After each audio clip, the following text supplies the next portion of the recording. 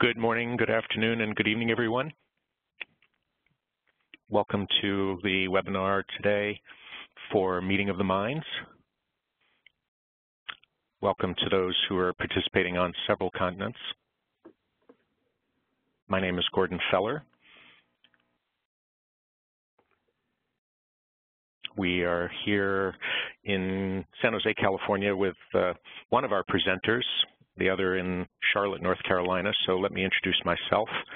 We're here today for the Meeting of the Minds webinar entitled Envision Charlotte, Building a Smart City Through Collaboration and Innovation. My name is Gordon Feller. I'm your moderator today, and I serve as the co-president of the Board of Directors of Meeting of the Minds. I'm also a director at Cisco Systems headquarters here in California. First, a few housekeeping notes to begin us on our webinar. As you entered the WebEx console, you either joined us by audio broadcast or by phone, which is automatically muted. And because of our large audience in attendance today, we will keep you on mute throughout the event. But there is still an interactive component. Half of our program, the second half of our program is Q&A. So when you have a question, please enter those questions into the WebEx Q&A panel. But just as you think of them, you don't have to wait. And you can find that Q&A panel in the bottom right-hand corner of your WebEx console. So please leave the WebEx chat window only for the communication to our WebEx facilitators if you have any problems or issues as you experience them. So repeating, please enter your questions for our presenters into the Q&A panel. Finally, we would like you to share your input today regarding the webinar. So we have a short survey that will pop up when you close your browser at the end of the event. So give us another 10 seconds of your time as we close the event, and that short survey will pop up for you. It's literally just a few questions, but we thought we need your feedback. So we have two presenters today. The first of those is with me here in California, Russ Vanos. Russ is the Senior Vice President for Strategy and Business Development at Itron at their global headquarters in Spokane, Washington. He's a utility industry visionary who's played a major role in driving early smart grid technology adoption in North America, and he's now guiding Itron's corporate growth initiatives, specifically those that are focused on smart grid and smart cities. And I want to ask Russ to give us an overview of the big picture, and then he'll introduce Amy, who's the Executive Director at Envision Charlotte, that will follow behind him. So let me ask Russ, if you're ready to go, we'll pass you the ball, and thanks so much for joining us, Russ. Fantastic. Thank you, Gordon. Not sure about that comment, industry visionary. I think translated that means I'm an old person. Good morning, everybody. Good afternoon. Itron is very pleased to once again this year help sponsor this webinar for the Meeting of the Minds. This is our third year that we participated in Meeting of the Minds, and we're very excited about it again this year. When I think about a smart city, a sustainable city, Itron has a very simple vision on that. We think that the evolution of smart cities really does and can begin with a smart grid. We believe that we can take a smart distribution grid or a smart water distribution system, and we can actually use that to drive efficiencies in the city. So with the urbanization of cities and strains on its resources, we believe that technology is going to, continue to play an increasing role in solving those issues. We believe that city leaders and citizens need the tools, need technology to take the information that's now available and can be available and can be somewhat overwhelming, and actually take that information and turn it into something that's useful and enables us to take action, whether that be a government leader, a city manager, or a citizen in the community. We believe that the modernized grid and modernized water distribution systems can play a real foundational role in that. Certainly not the only role, but it can certainly play a role in that. When I think about the smart grid and I think about smart water, it all begins really with a single multi-service, multi-purpose network. So not really a network like we built for years in this industry, which was very built for purpose specific. So it was built to read meters, or it's been built to deliver SCADA data. We're now talking about networks that are really truly multi-service, that can read electric, gas, water meters, but also can communicate with street lights or parking meters or sensors in the street. And we believe that cities can then take that data and share that data and really create a more efficient operations and unleash new possibilities. We can empower consumers, we can empower businesses to be more efficient as well. We also believe there's a real sweet spot that exists in terms of marrying energy and water to make them more efficient and to make better use of resources. For example, you know, one of the larger consumers of electricity in city government is the production and delivery of water. So simply by understanding this energy-water nexus and maybe moving pumping of water to off-peak hours could reduce electricity consumption and cost, and vice versa. Is actually one of the bigger consumers of electricity or water is the manufacture and delivery of electricity. So we believe there's a sweet spot around this energy-water nexus. We also believe that these smart technologies that are evolving and smart technologies and architecture that Cisco has created really do begin to lay a foundation for smart cities and utilities, smart citizens moving forward. Itron recently has announced some technology called REVA. And REVA actually, which we're introducing in Europe and Latin America and Asia Pacific before we bring it to North America, something a little unique. Normally we introduce technology in North American continent and then move it around the world, but we're introducing REVA more globally right now. REVA actually delivers revolutionary edge intelligence and adaptive communication to enable automated decision-making at the edge of a smart grid network or at the edge of a smart water network. And REVA will build on the existing Itron Cisco OpenWay systems that we have deployed in the United States to the tune of 15 to 20 million devices, but also around the world. But it also continue to build out smart cities possibilities around sensors and control, and it will begin to also extend its reach into the Internet of Everything or the Internet of Things that Cisco speaks to. So all of these technologies are vital to helping us revive declining cities, help us build new eco-cities, and we've got a partnership with Cisco that we're very proud of. We've also got collaborations and partnerships with cities and utilities around the world that we're very pleased and proud of. We partnered in Tianjin, China to do some smart city work there. Tianjin was a greenfield city, so it was actually an easy place to start because all the infrastructure was brand new and everything was being installed. But we've worked there to automate electric, gas, water, the collection of that data and beginning to use the data to do more intelligent and facilitate more intelligent decision making for community leaders, utility leaders, and citizens. We've also done work in around the world in places like Johannesburg, South Africa. We've got work going on in the city of Bismarck, where the Montana Dakota utilities and the city of Bismarck themselves are actually collaborating on electric, gas, data collection and sharing. Last year, we showcased at the Meeting of the Minds in Detroit a smart city demonstration in conjunction with DT Energy, and we showcased a lot of these new technologies. We've got some work going on, and very soon that will begin in Tonga, where we're going to actually not just install a smart city, but probably the world's first smart island. That work will start very soon.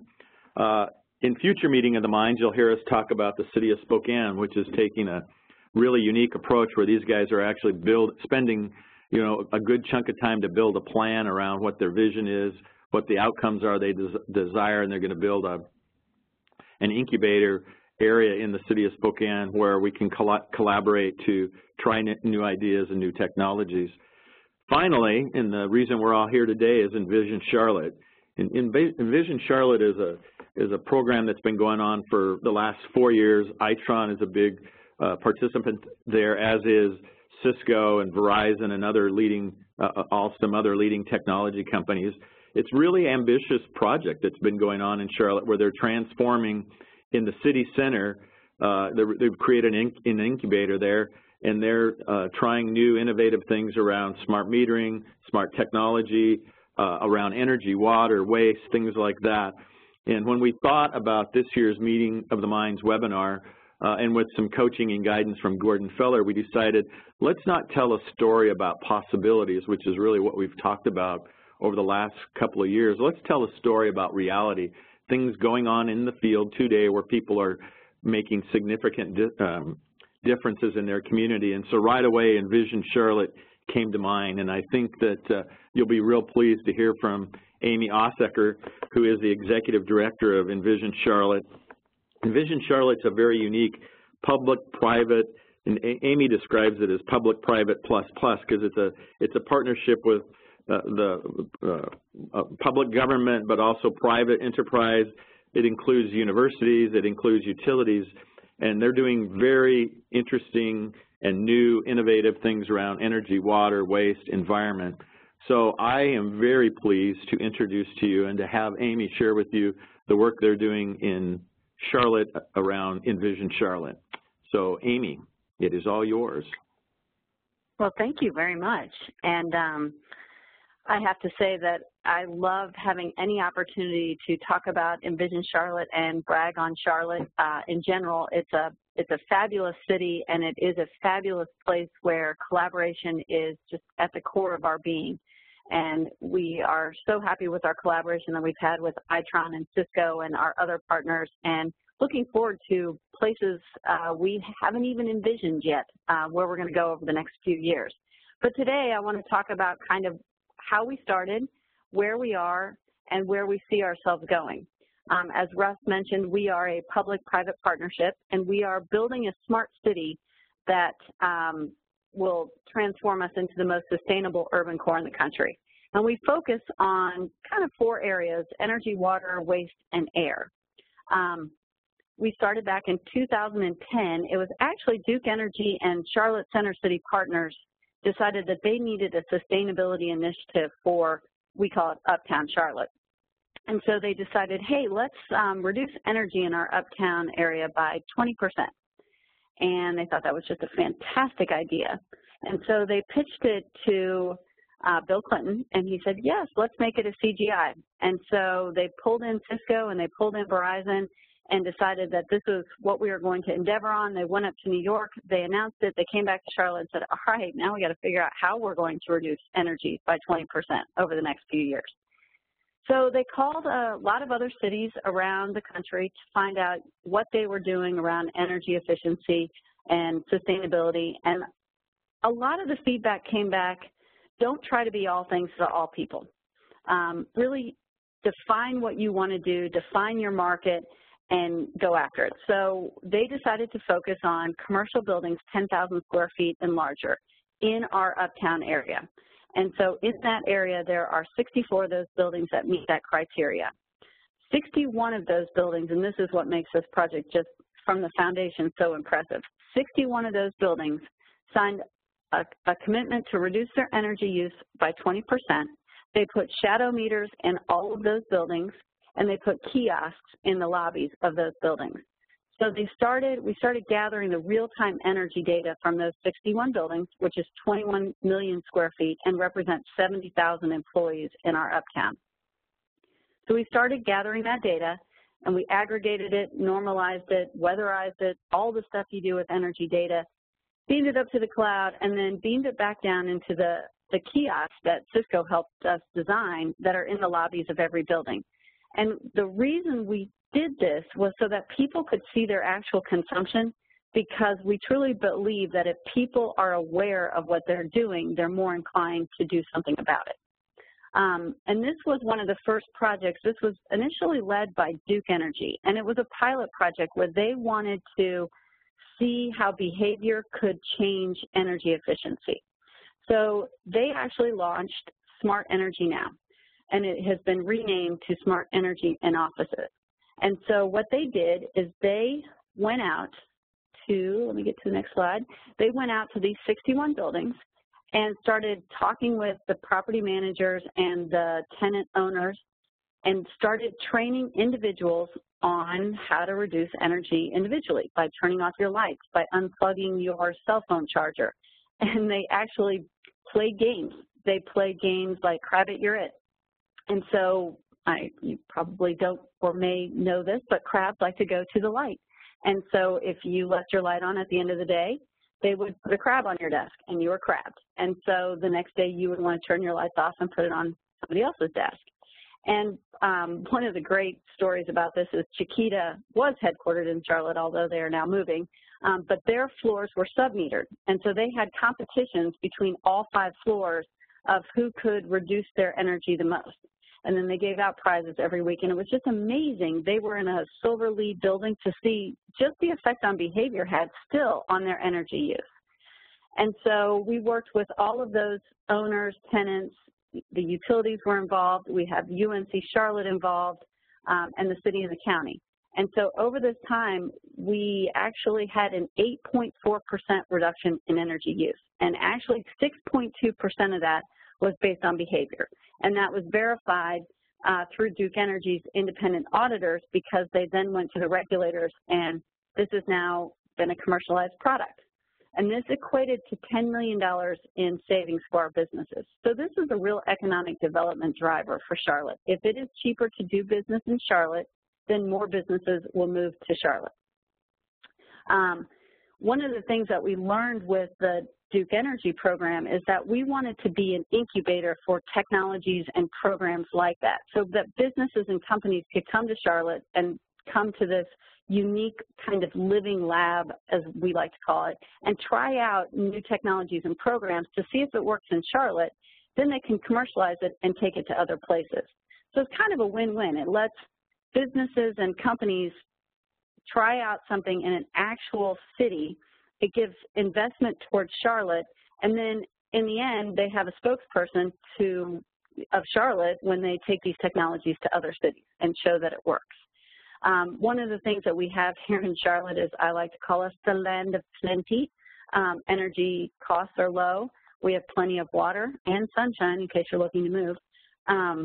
But we don't have the problems that other cities such as California have, or some of the countries in Europe, where our energy costs are really high or we're in a drought. So it's very difficult to convince business leaders to invest in this type of program unless you can get it to where it makes sense for this and for them. And so that's where we bring it down to the economic development. We also added other pillars within our program after we started on energy. Well, actually, let me talk about the Energy Roundtable first. We saw the 8.4% reduction. We still have 11.6 to go. And so we implemented a program last year called the Energy Roundtable. And this was a partnership with UNC Charlotte. One of the things that we found with our property managers was 2 things. Number one, they get tons of calls from all kinds of companies in the energy efficiency space that have fantastic products, but it's a little overwhelming how many actually call all of these property managers.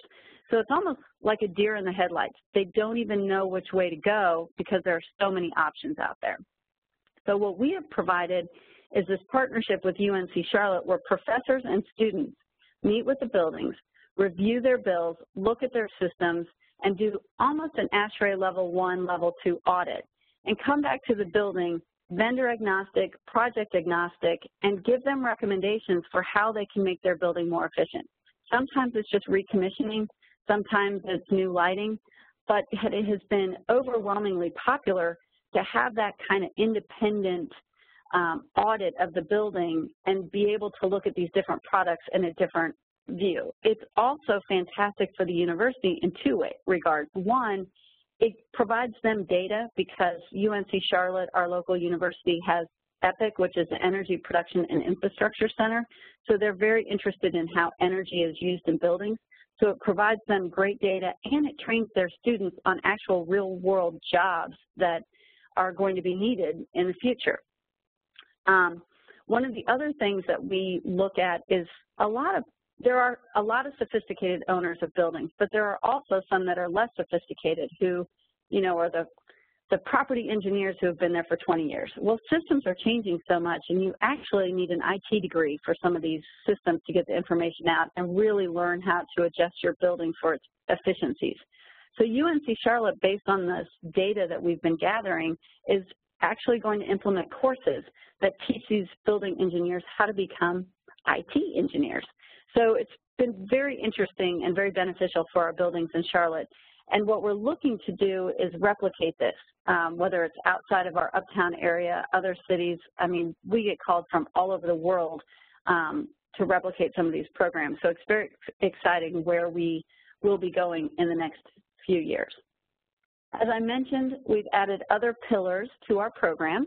The next one that we focused on was our water program, and we have fantastic partners. Itron, CH2M Hill, Verizon have been there since the beginning. And this has been one of the most challenging pillars that we've had to focus on, partly because of all the players that are involved in this. We wanted to install equipment on light poles so that we could start gathering that real-time water data so we could set a baseline and then implement programs and see their effectiveness.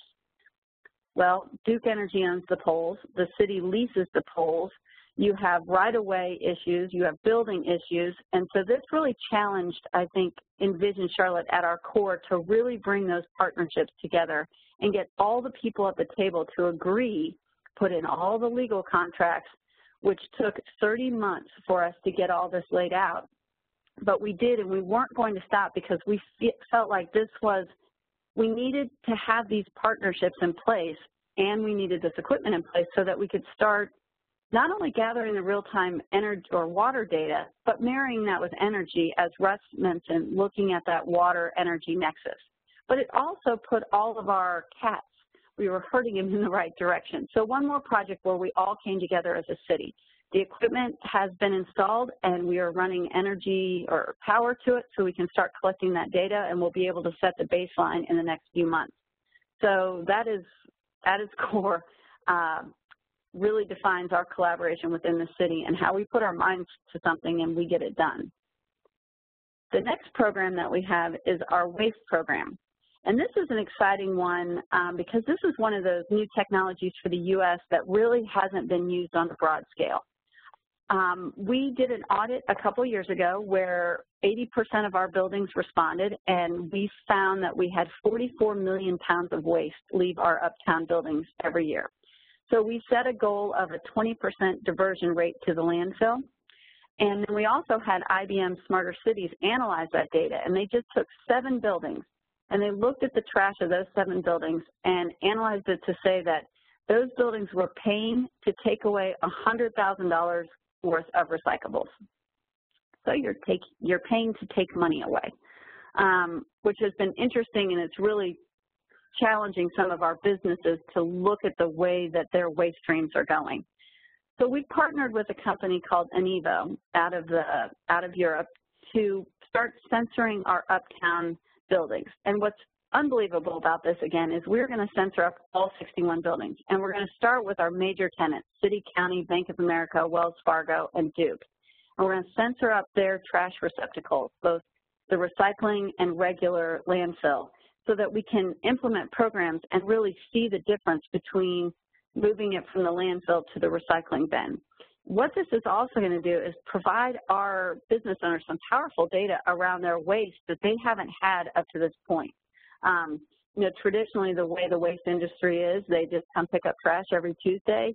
Whether you need it or not, you don't really know what's involved in it. You don't know what they have. And so we're really going to try to get some education around our city and that data of what are we throwing away, where is it going, and how can we affect some really positive change. So we are starting to install that equipment now, and we'll have data flowing in the next 2 months, and yet another just exciting program where we're gathering all of this real-time data.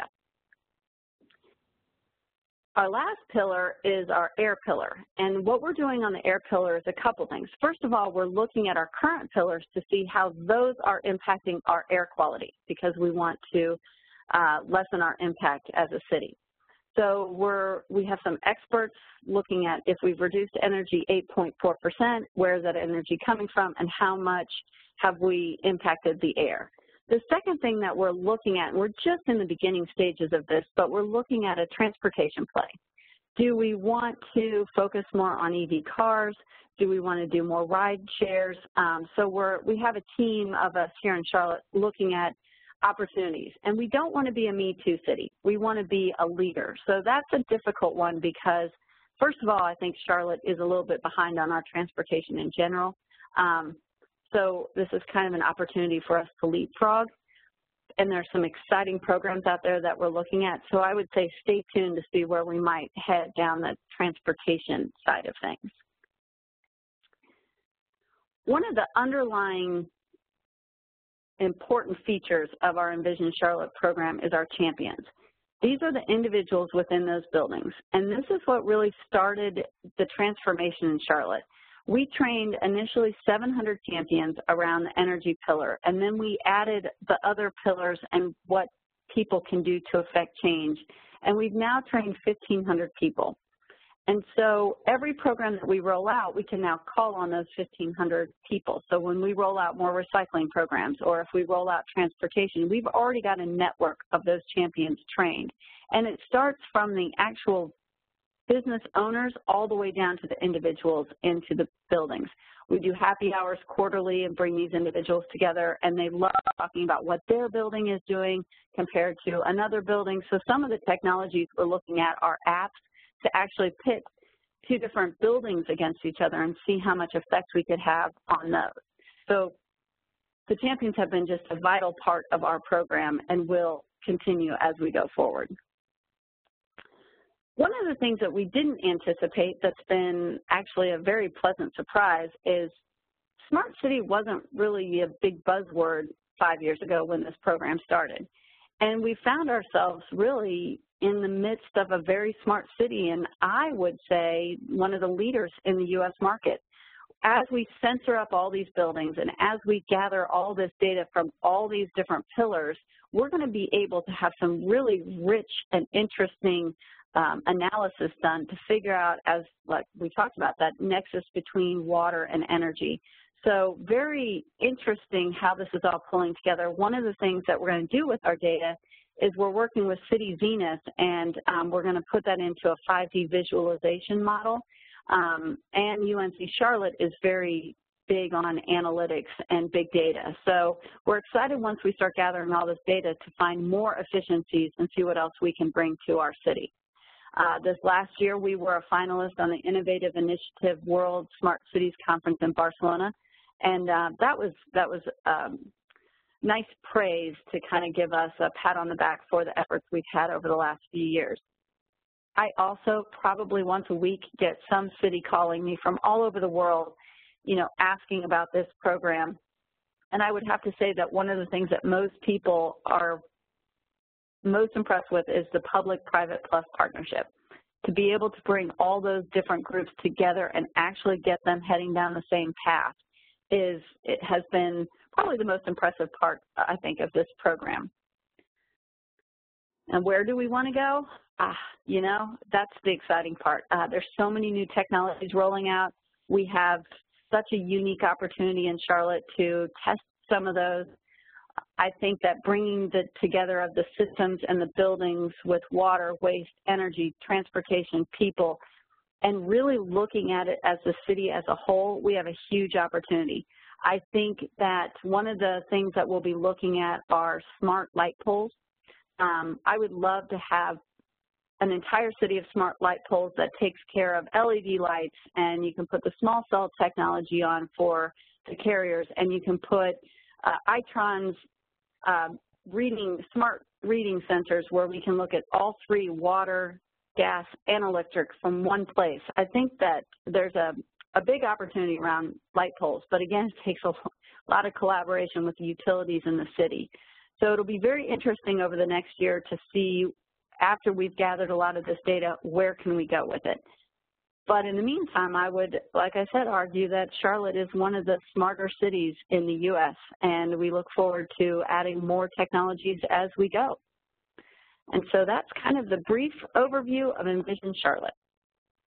Many thanks for that fantastic way to start the second half of our program, which is literally right now. So we're at the half of the hour, and we have questions streaming in. So maybe I'll begin right away and encourage all those additional questions that haven't been asked to encourage our listeners and webinar participants to type those into the Q&A window. And as that happens, I'll throw the questions to Russ and to Amy. So first question came from Dubai in the Gulf, in the United Arab Emirates. Tarek asked a good question, which is maybe a starting point about additional resources, those who got excited by what they heard and want to know more.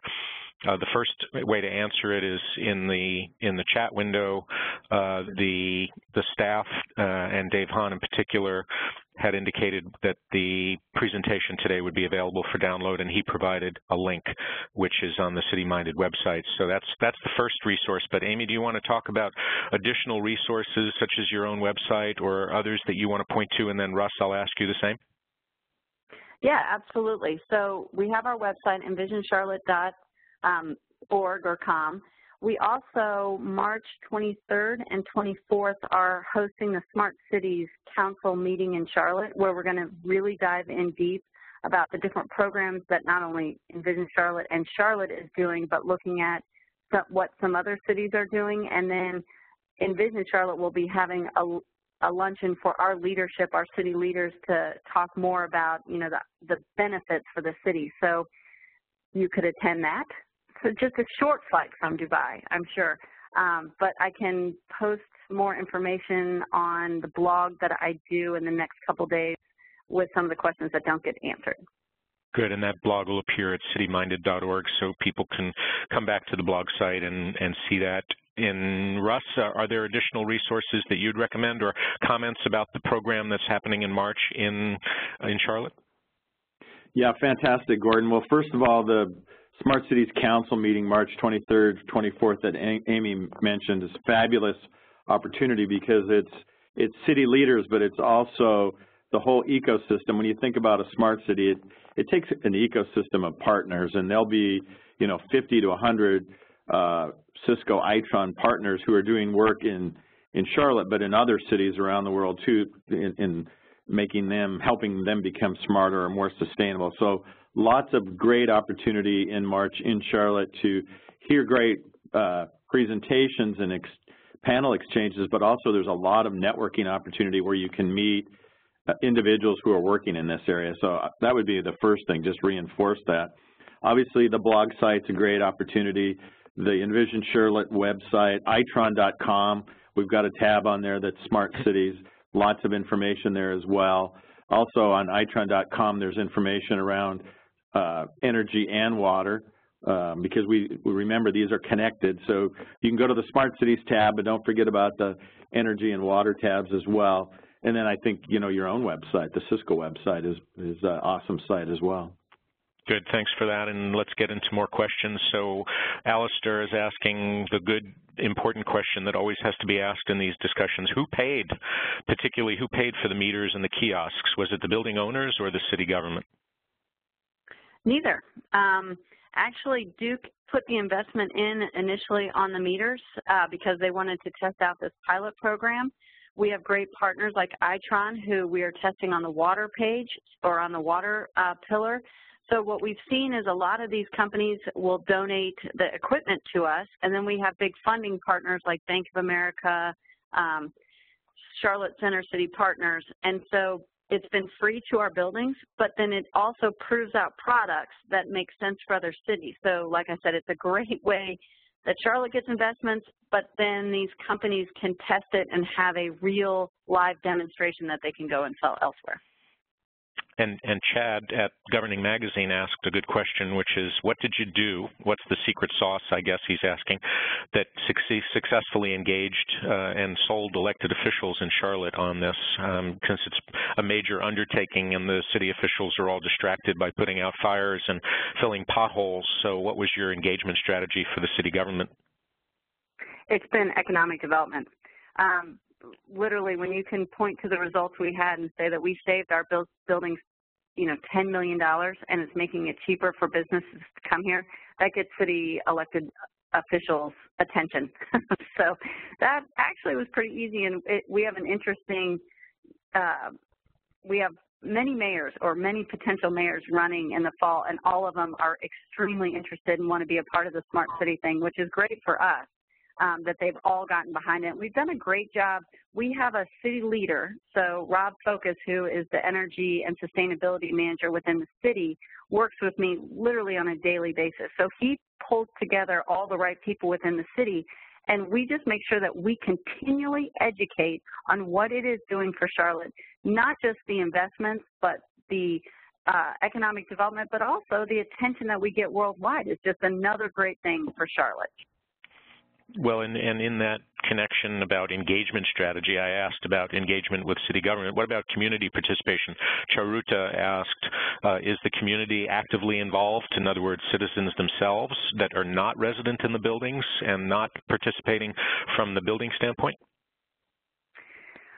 You know, we get a lot of words in the press, and so they hear about it that way, but our focus has been so primarily on those 61 buildings and those 70,000 employees that we haven't engaged as much outside of that. There are other fantastic partners in the community that do.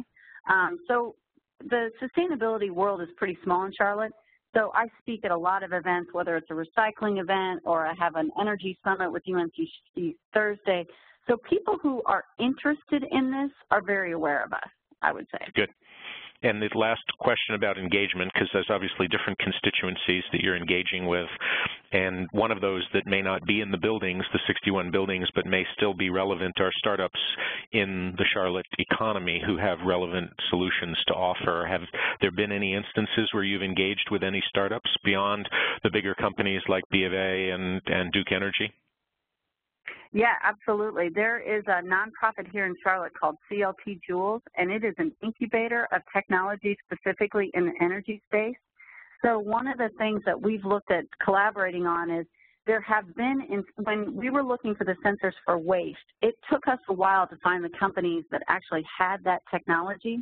And so we had talked about, well, maybe if we come up with a product that we need that we don't have, we could go to the incubator and pitch that product for them to start engaging with us. So we have the CLT Jewels, so we work with those startups there. And then if there are startups within the buildings, we've worked with them, and we've also worked with recycling startups that come to us and want, you know, a small pilot program. And so one of them, you know, we gave bananas from Chiquita for them on their composting project. So, yeah, well, bananas are a good way to bribe people is lots of bananas, and you don't need to bribe them too much. So this is a question for Russ. There's obviously, and we've had a number of questions come in about the harsh reality of the utility world, which is it's a highly fragmented world, a lot of different utility players. The water utility is different from the gas utility, is different from electrical utility. In the worst case scenario, in some best case scenarios like Detroit, you have all three together. And the question really for us is, when you look at these established institutional players, are there differences in the way that the water utility and the gas utility and the electric utility see the world? Are they engaging with these kinds of smart city innovations that Itron is bringing to them? Are they engaging differently because of the type of utility that they are? Yeah, that's a super question. Of course they are. I mean, the reality is, and it ties back into a little bit of Alistair's question about who pays for all this. I mean, the harsh reality is, oftentimes when we convene leaders of the local community, so you think about the electric utility, the gas utility, the water utility, oftentimes you're introducing those people for the first time. You know, they haven't met or exchanged ideas and discussed how to solve problems. And when you start to bring in the local universities or you start to bring in local businesses, you really are, you know, beginning to create a collaborative process for the first time. And that's a little bit difficult. And, you know, Amy talked about the vision that Envision Charlotte had early on, and Jim Rogers from Duke, his vision. If you don't have some local visionary leadership, very strong local visionary leadership, you will not get started. And what I've seen that works the best is you start small. Amy spoke about that. You know, let's pick one or two problems to solve. Let's have a very big, very broad vision. But let's start solving smaller, easier problems first and keep chipping away on the, the bigger issues. I think that that's the hard part. But when you get people in the room together and you begin to actually collaborate, and it sometimes takes a couple of meetings to do that, that's also when the exciting part begins. And that's when you begin to think about real possibilities. If I put this energy data together with that water data, what could I do? If I take traffic information and stadium information, what could I do? And you see those ideas grow. So I think you have to keep asking yourself, for the sake of what? Why are we doing this? If you allow yourself to get off the vision of, a sustainable future, building a future that, our grandchildren can all live and thrive in, as opposed to, a decaying world, people get excited about that. The stumbling block then becomes, how do I pay for it? And that's where I think this notion of, let's pay for it through waste. Let's eliminate waste. And we do that by putting in this smart network that truly is, multi-application, interoperable, and we pay for it. But we'll build that network by eliminating waste in the electric or the gas or the water utility. We make them more reliable. We save them money. And then we can begin to use that network for other things, and we'll collect data at the top of it and provide applications that also will be paid for by waste, but be paid for by citizens who decide, I want to download this application. Go to the you asked earlier about resources. The DTE Energy homepage has a whole link about smart meters because they've been automating in Detroit for years. They have an application there that their citizens can, download for free and use to get more information about water and electricity and gas. But it also, you begin to build those applications out, and those applications can, facilitate other things in the city government that we want to do. And eventually, maybe that application's 99 cents or $1.99 to download, but I choose to pay for that. So we're going to be looking at new business models on how do you fund some of that upstream work around applications and delivering data to citizens, and I can choose whether to participate or not.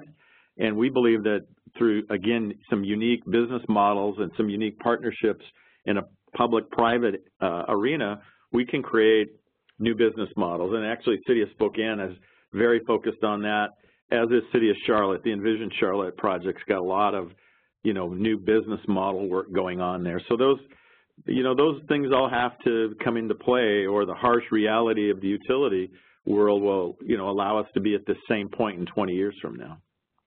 And a follow-up question from the Governing Institute. Has the data thus far revealed anything surprising or unexpected about Charlotte? And maybe we'll talk data in the broad sense relevant for Itron, which is how the technology is deployed, but also the sort of micro data that is being revealed about different buildings. So maybe first to you, Russ, has the Charlotte experience, the sort of experience of deploying and utilizing the technology with multiple types of partners, has it revealed something that is maybe interesting for Itron to carry into other cities?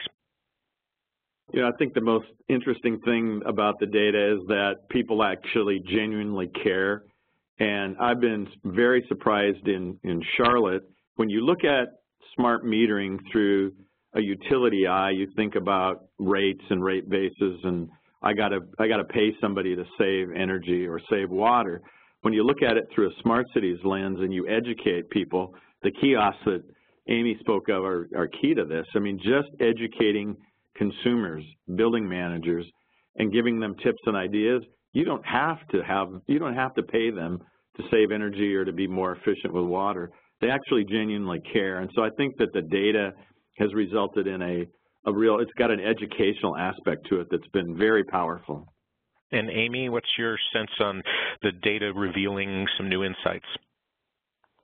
Well, I think it's kind of a little bit of a broad spectrum. We have, with Bank of America and Wells Fargo, some very sophisticated, building managers who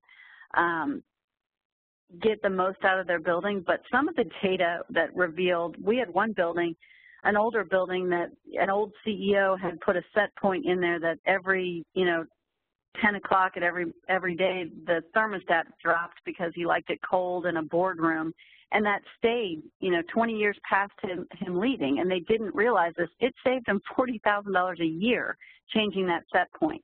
And so just some of the data in terms of when people actually turn their lights off and actually unplug their chargers, it makes a big difference. Now, what we did find is it makes a bigger difference in the big buildings. It makes less of a difference, obviously, in the small building, but not only that, there's less participation in the small building, which I thought was somewhat interesting.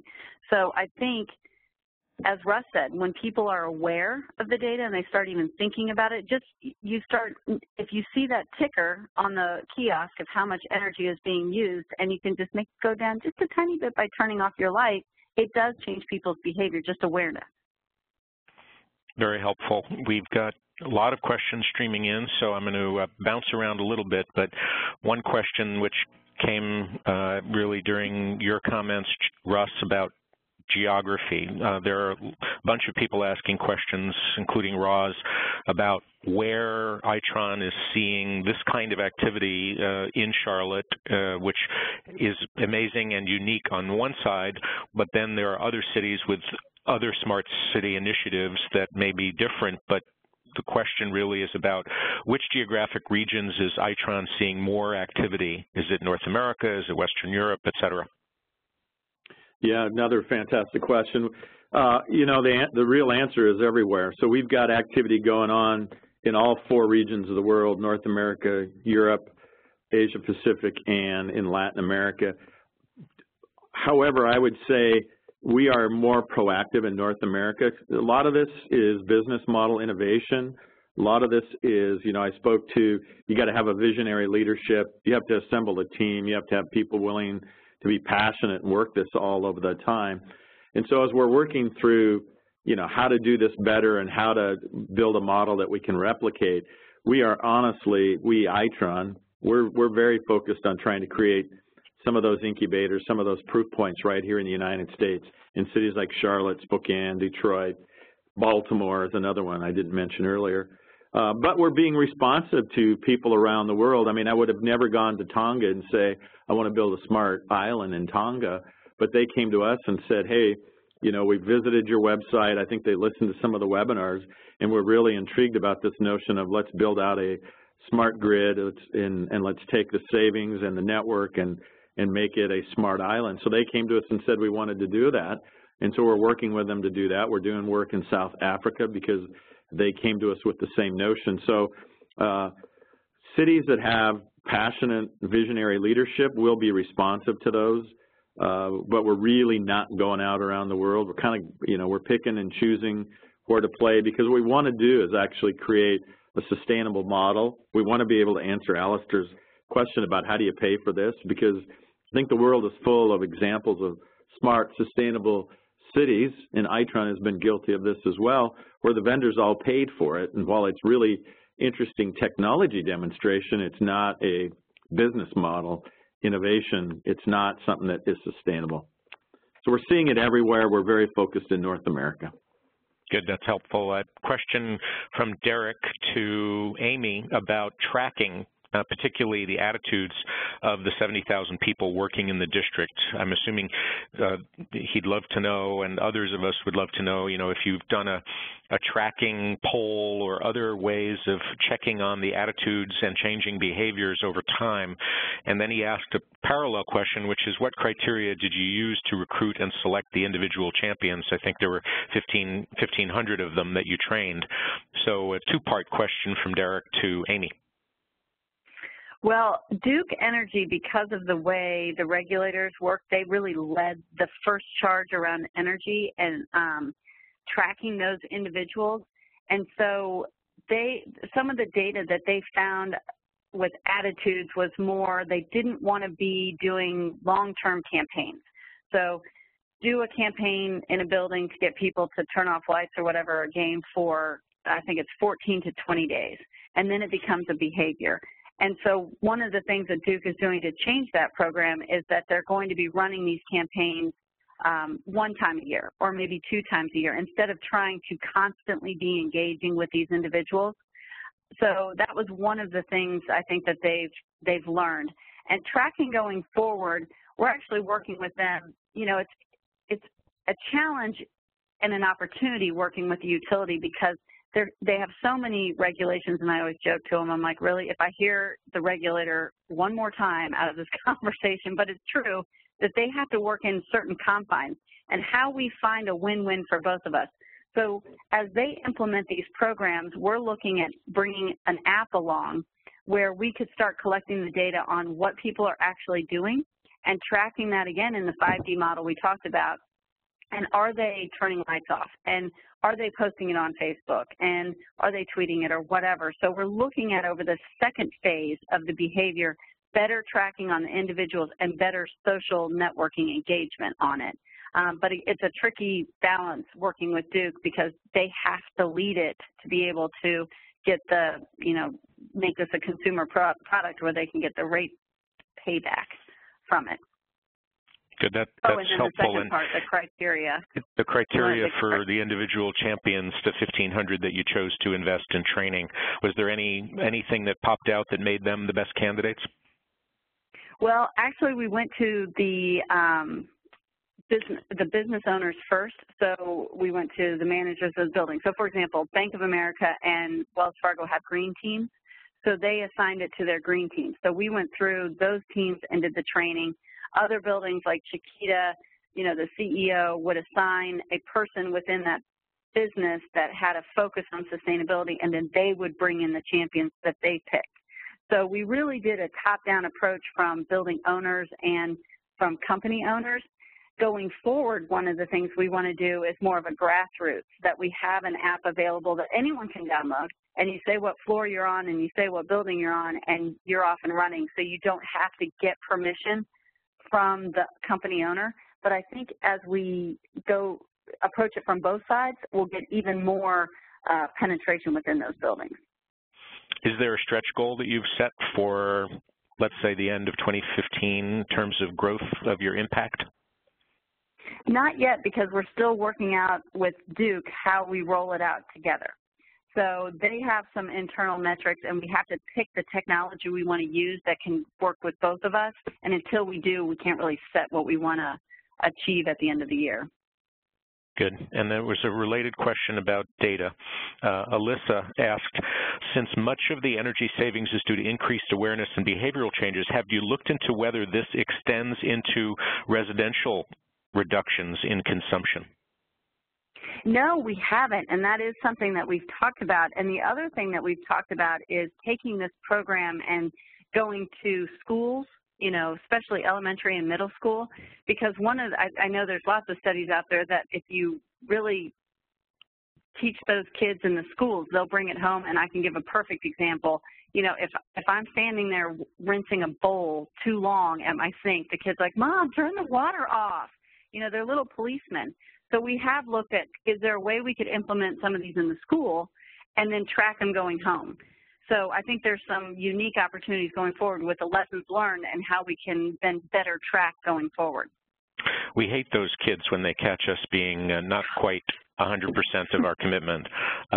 So there was a question which I think was particularly appropriate about the driving factors. So Russ, this was to you about what's driving cities beyond the obvious economic benefits that we're hearing about in Charlotte. Are there other drivers that are pushing cities in the direction of making their sensor networks viable, making their city services intelligent, or is it primarily the economics that are driving cities? I think it's one of two. It gets expressed so many different ways, but when you kind of peel it away, it's expressed either as economic development or really a sustainability play. Economic development can be around growth, or it can be around revitalization. So when you look at Detroit, for example, you've got a community that's trying to revive itself and bring itself back to the glory days and back to greatness. The actions they will take are probably very different than a green field like Tianjin in China, where they have explosive growth going on. I would say it's almost always economic development or some kind of sustainability. It's easy to get your mind around both of those things. Well, one answer.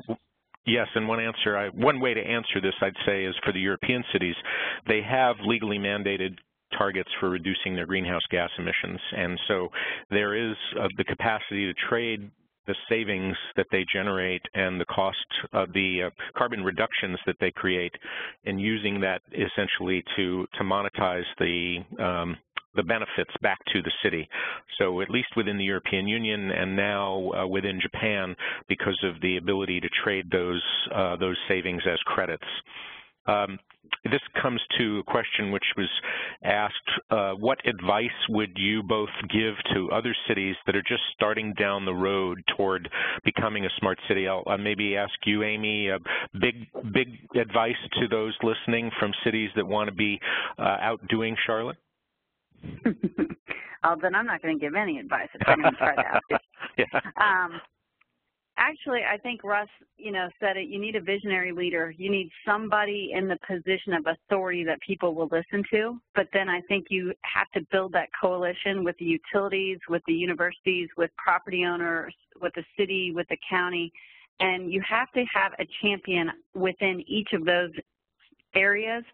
And I think once everyone's bought into the mission and then their job is to go and educate their different constituents, I think that that is really the secret sauce that can get a project, not just like this, but any project you wanted to do going in the right direction. But it starts with that leader and then really bringing all the right people and getting them on the same page so everyone understands the mission and the future. And in that regard, Antonio asks whether any of the local players, the utilities or government agencies, are sharing their data with a nonprofit like Envision Charlotte in order to be able to make that public for, let's say, an incubator like the one you described, CLT. Is there a data sharing initiative that's now emerging that makes that data open? It's not open yet, but now there is lots of conversations around it, and it's so interesting around data disclosure in general, because while there's always the privacy concerns, there's so much opportunity if you can open it up. Our city just opened up our data portal, and we're actually doing a hackathon around with the Smart Cities Council meeting on the 23rd and 24th, and using all the data that the city is providing and looking at what you can do with that to create more of a smart city. And also we're looking at some social mobility, but we're having a huge, so if anyone wants to get involved in a hackathon, you can reach out to me on that one too. But it'll be interesting to see what you can do with the data that already exists. And then we're having conversations of how do we open up the data, like he said, for startups and that. So those conversations are taking place, and it's going to be really interesting where they go. Well, we have just a few minutes left, so let's go to a question that I thought was intriguing, and not necessarily definitive answer. But if you look at the data analysis problem, which is a problem that we all have with big data emerging in many domains, capturing that data and then making sense of that data, not many analytical tools that are ready-made for cities. Cisco has some, and cityminded.org has blogged about some of these tools that provide a way of analyzing and making sense of big data to turn it into effective little decisions that can move the city towards its goals. If you had a wish list, Amy and Russ, of the next major breakthrough in the analytical side where you could quickly analyze some of the big data and make sense of it, do you have a magic wand wish for one analytical tool you wish you had today on your smartphone that would help you make sense of the big data? Wow, Amy, that's a really challenging question. Well, it may be something that we get back to everybody on because we've got a lot of questions and we can respond to them later, but I thought you might have one off the top of your head. Well, I'm excited, I would say, with the 5D modeling. If you can truly visualize data and you can layer it and you can add in, the water system and the electric, and you take the meter side or you take the supply side and the demand side, I'm interested to see how that visualization can change things and then make it more sense for a lot of people. So I would say we have something we're going to look at, and then I'd have to get back to you if that didn't work. Russ, three seconds from Russ on his wish list. Yeah, don't do big data. Make decisions out on the edge of the network where you don't need all the data and you can be more efficient.